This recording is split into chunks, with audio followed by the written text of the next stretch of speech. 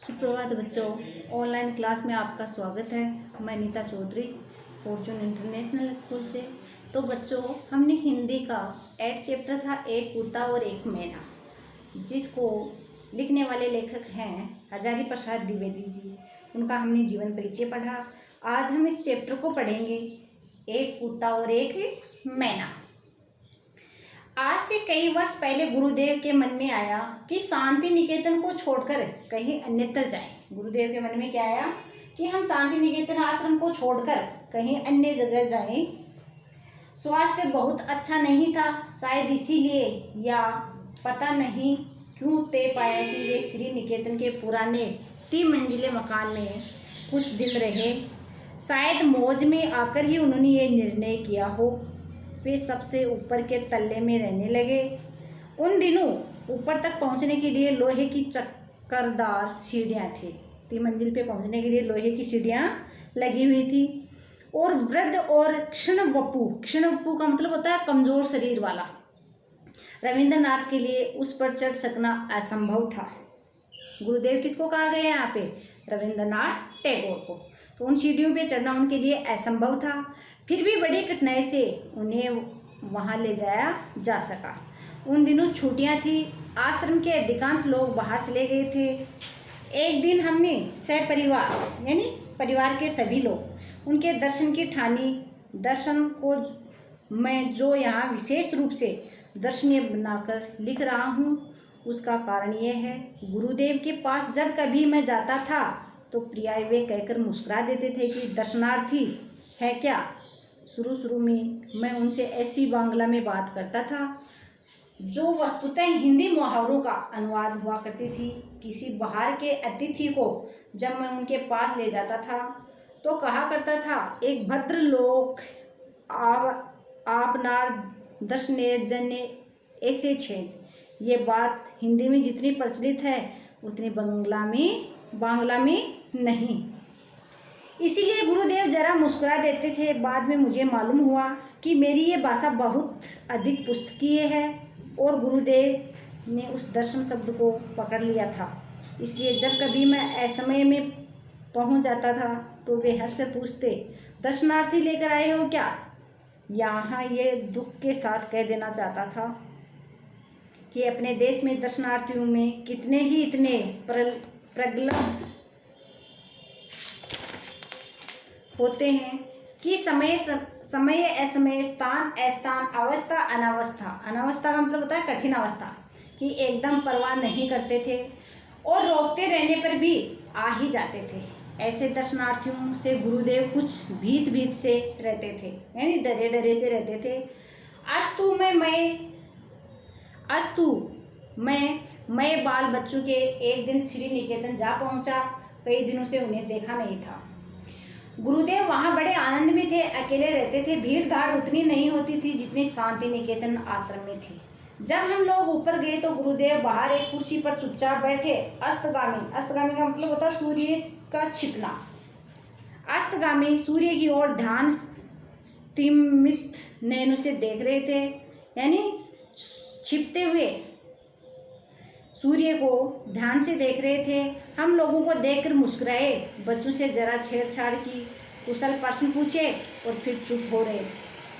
ठीक उसी समय उनका कुत्ता धीरे धीरे ऊपर आया और उनके पैरों के पास खड़ा होकर पूंछे हिलाने लगा।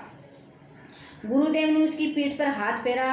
वह आंखें मूंदकर अपने रोम रोम से उस स्नेह रस का अनुभव करने लगा। गुरुदेव ने हम लोगों की ओर देखकर कहा, देखो तुमने देखो तुमने ये आ गए कैसे। इन्हें मालूम हुआ कि मैं यहाँ हूँ, आश्चर्य है। और देखो कितनी तृप्त इनके चेहरे पर दिखाई दे रही है। हम लोग उस कुत्ते के आनंद को देखने लगे। किसी ने उसे राह नहीं दिखाई थी, न उसे ये बताया था कि उनके स्नेहदाता यहाँ से 2 मील दूर हैं। और फिर भी वह पहुँच गया। इसी कुत्ते को लक्ष्य करके उन्होंने आरोग्य में इस भाव की एक कविता लिखी थी। प्रतिदिन प्रातःकाल यह भक्त कुत्ता स्तंभ का अर्थ होता है ठहरा हुआ, स्तब्ध होकर यानी ठहरा हुआ होकर आसन के पास तक आसन के पास तब तक बैठा रहता है जब तक अपने हाथों से स्पर्श से मैं इसका संग नहीं स्वीकार करता। इतनी सी स्वीकृति पाकर ही उसके अंग अंग में आनंद का प्रवाह बह उठता है।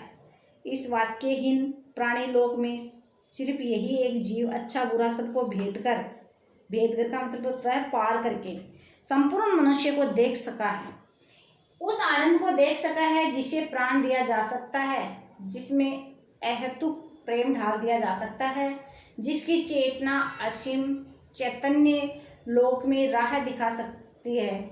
जब मैं इस मूक हृदय को, मूक यानी मौन, जब मैं इस मौन हृदय का प्राणपण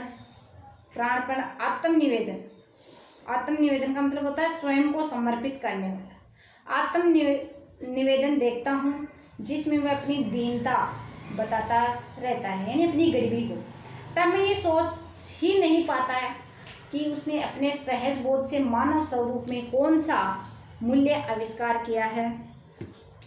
इसकी भाषाहीन दृष्टि की करुण व्याकुलता जो कुछ समझती है उसे समझा नहीं पाती और मुझे इस सृष्टि में मनुष्य का सच्चा परिचय समझा देती है। इस प्रकार कवि की ब्रह्मभेदी दृष्टि ने इस भाषाहीन प्राणी की करुण दृष्टि के भीतर उस विशाल मानव सत्य को देखा जो मनुष्य के अंदर भी नहीं देख पाता। किसके अंदर देखा? कुत्ते के अंदर। मैं जब ये कविता पढ़ता हूँ तब मेरे सामने श्री निकेतन के तितले पर ही वह घटना प्रत्यक्ष सी हो जाती है। वह आंख मूंदकर अपरिसीम आनंद, वह मूक हृदय का प्राणपण आत्मनिवेदन मूर्तिमान हो जाता है। उस दिन मेरे लिए ये एक छोटी सी घटना थी, आज वह विश्व की अनेक महिमाशाली यानी महान घटनाओं की श्रेणी में बैठ गई है। एक आश्चर्य की बात इस प्रसंग में उल्लेख की जा सकती है। जब गुरुदेव का चिता भस्म कोलकाता के आश्रम में लाया गया, उस समय भी न जाने किस सहज बोध से बल पर वह कुत्ता आश्रम के द्वार तक आया और चिता भस्म के साथ अन्याय आश्रमवासियों के साथ शांत गंभीर भाव से उत्तरायण तक गया। आचार्य स्त्री मोहन सेन सबके आगे थे। उन्होंने मुझे बताया कि वह चिता भस्म के कलश के पास थोड़ी देर चुपचाप बैठा भी रहा। कौन बैठा रहा? किसकी चिता के पास? रविंद्रनाथ की चिता के पास वो कुत्ता बैठा रहा, यानी उसके मृत शरीर को लाया गया था उसके पास। कुछ और पहले की घटना याद आ रही है। उन दिनों शांति निकेतन में नया ही आया था। गुरुदेव अभी उतना दृष्ट नहीं हो पाया था। गुरुदेव उन दिनों सुबह अपने बगीचे में टहलने के लिए निकला करते थे।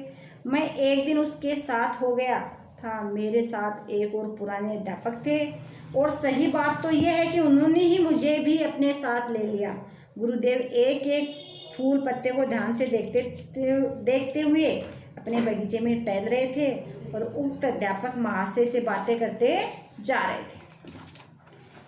मैं चुपचाप सुनता जा रहा था। गुरुदेव ने बातचीत के सिलसिले में एक बार कहा, अच्छा साहब आश्रम के कोए कहाँ?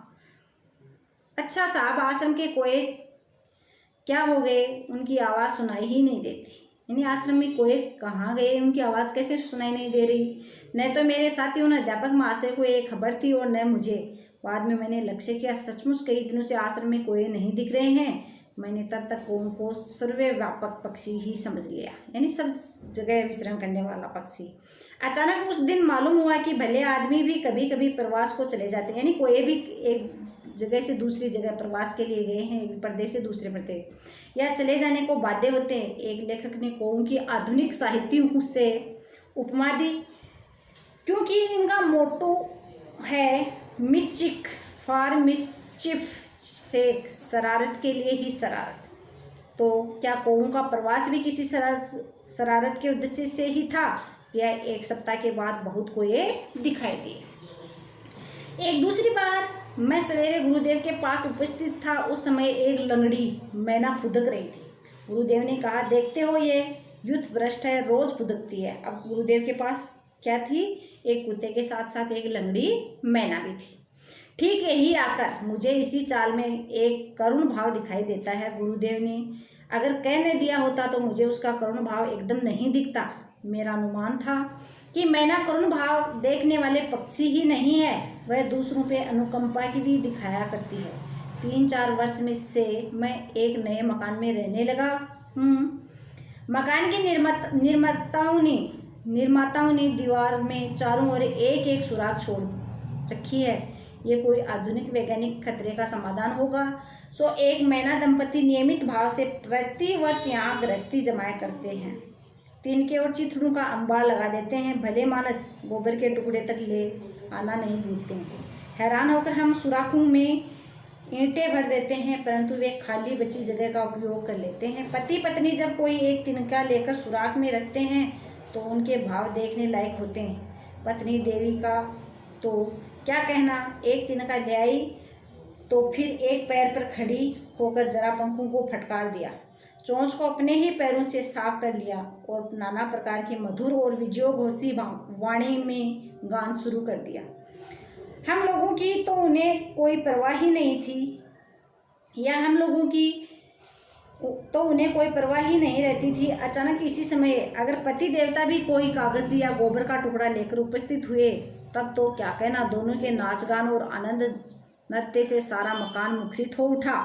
इसके बाद ही पत्नी देवी जरा हम लोगों की ओर मुखातिब होकर लापरवाही भरी अदा से कुछ बोल देती है। पति देवता भी मानो मुस्कुराकर हमारी ओर देखते हैं, कुछ रिमार्क करते हैं और मुंह फेर लेते हैं। पक्षियों की भाषा तो मैं नहीं जानता, पर मेरा निश्चित विश्वास है कि उनमें कुछ इस तरह की बातें हो जाया करती हैं। पत्नी, ये लोग यहाँ कैसे आ गए जी? पति, ओहो बेचारे आ गए हैं तो रह जाने दो, क्या कर लोगे? पत्नी, लेकिन फिर भी इनको इतना तो ख्याल होना चाहिए कि ये हमारा प्राइवेट घर है। पति, आदमी जो है इतनी अकल कहाँ? पत्नी, जाने भी दो। पति, और क्या?